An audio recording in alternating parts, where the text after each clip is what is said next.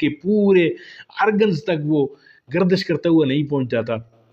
نتیجتاً یہ ہوتا ہے کہ ایک دماغ کی بیماری بھی آپ کو ہو رہی ہوتی ہے، کیونکہ جو خون جو باقی جسم سے جو غذا لے کر جا رہا ہوتا ہے، جو دماغ کو غذا پہنچنی ہوتی ہے وہ خون کے ذریعے پہنچتی ہے.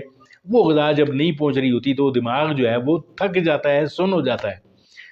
آپ دفتر میں جاتے ہیں، آپ کو اپنے جو سب آرڈینیٹس ہیں ان کی باتیں بری لگتی ہیں. پھر آپ جب آپ سب آرڈینیٹ ہوتے ہوئے آپ جب دفتر میں جا رہے ہوتے ہیں تو پھر آپ کو اپنے باس کی جو ہے وہ باتیں شدید بری لگنی اس لیے شروع ہو جاتی ہیں کہ آپ پوری رات سو نہیں پا رہے ہوتے. آپ کو کوئی اچھی چیز، آپ کو کوئی اچھی خبر آپ کے منتظر نہیں ہوتی. گھر جب پہنچتے ہیں تو بچوں کی، بیوی کی جو ہے وہ ان کی وہ اپنی ڈپریشن میں شامل ہے، شکار ہیں ان کا. تو اس کا آسان حل آپ کو ناظرین کا ہم 2-3 چیزیں بتاتے ہیں کہ انسانی جو دماغ ہے، سب سے پہلے آپ کی باڈی کا جو ہے وہ اپنی باڈی کا آپ نے خیال کرنا ہے. سب سے پہلا جو کام آپ نے کرنا ہے کہ اپنی باڈی میں آپ نے میگنیشیم اور پوٹاشیم جو ہے اس کو، یا پوری کی پوری آپ ایک متوازن غذا کی طرف جائیں گے. متوازن غذا جب آپ یوز کرنا شروع کر دیں گے، چاہے آپ کو کسی غریب فیملی سے تعلق ہے یا کوئی بہت بڑے بھی آپ امیر ہیں، یہ کوئی تخصیص نہیں ہے. آپ سبزیوں کی طرف چلے جائیں، آپ جو ہے وہ دالیں استعمال کرنا شروع کر دیں. اپنی زندگی میں ایک بدلاؤ آپ لے کے آئیں گے. خوش رہنے کی کوشش کریں گے کہ یہ بڑا مشکل کام میں آپ کو بتا رہا ہوں. ٹینشن جو ہے اس کو ریلیز کرنے کی کوشش کریں. اپنے آپ سے بات کریں، راستے میں چلتے ہوئے، کام کرتے وقت بھی اپنے آپ سے گفتگو کریں کہ میں نے ٹینشن نہیں لینی. یعنی اپنے آپ کو، اپنے دماغ کو آپ نے یقین دلانا ہے کہ میں نے اس بات پہ ٹینشن نہیں لینی. میں نے ٹھیلے والے کے ساتھ آج لڑنا جھگڑنا نہیں ہے. میں نے آج ٹھیلے والے کی کئی جو کڑوی کسیلی جو باتیں ہیں وہ میں نے سننی ہے. اپنے باس کی بات میں نے سن لینی ہے، اس کو معاف کرتے جانا ہے. آپ نے ایک فلسفی کا قول ہے کہ اگر آپ زندگی میں خوش رہنا چاہتے ہیں تو دوسروں کو معاف کر کے آپ جئیں.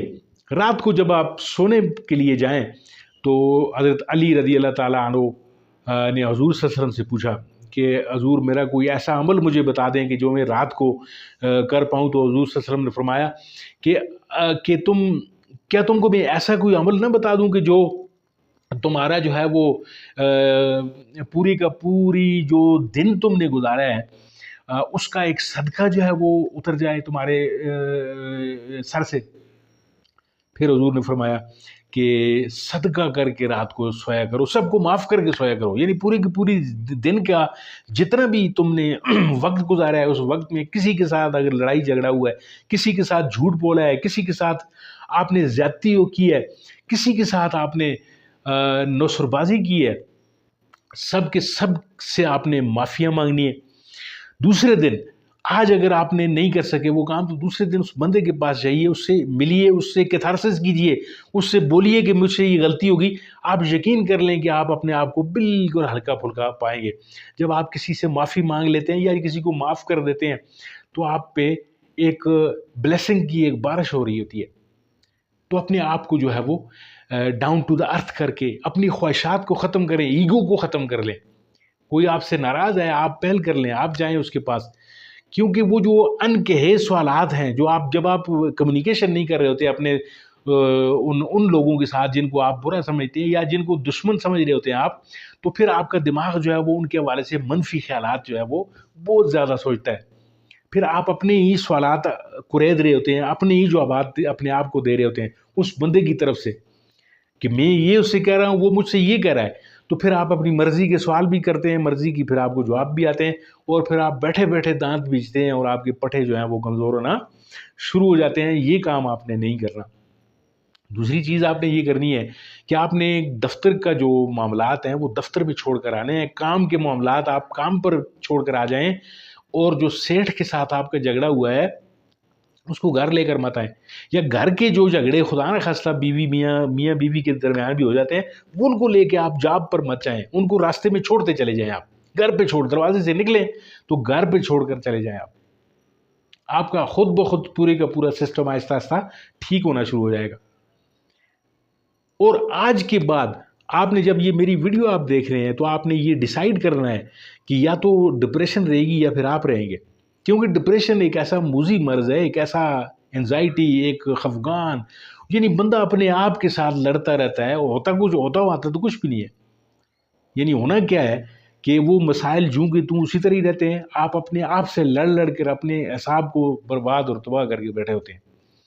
اور آخر کار ہوتا یہ ہے کہ آپ اپنی زندگی جو ہے وہ اس کو مصیبتوں کے حوالے کر رہے ہوتے ہیں.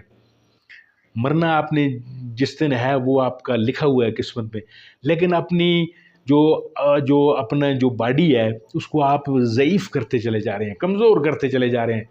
اور پھر ہوتا کیا ہے کہ آپ کو فالج کا اٹیک ہو رہا ہوتا ہے، آپ کو اور کئی مرض جو ہیں وہ آن گھیرتے ہیں، دماغی امراض جو ہیں وہ آپ کو گھیر لیتے ہیں. اور پھر ایک ایسا وقت بھی آ جاتا ہے کہ آپ کا پھر علاج جو ہے وہ کسی بڑے ہاسپٹل میں ہو رہا ہوتا ہے جہاں پہ پاگلوں کو رکھا جاتا ہے. کچھ ایسے کیسز کئی ہوئے ہیں.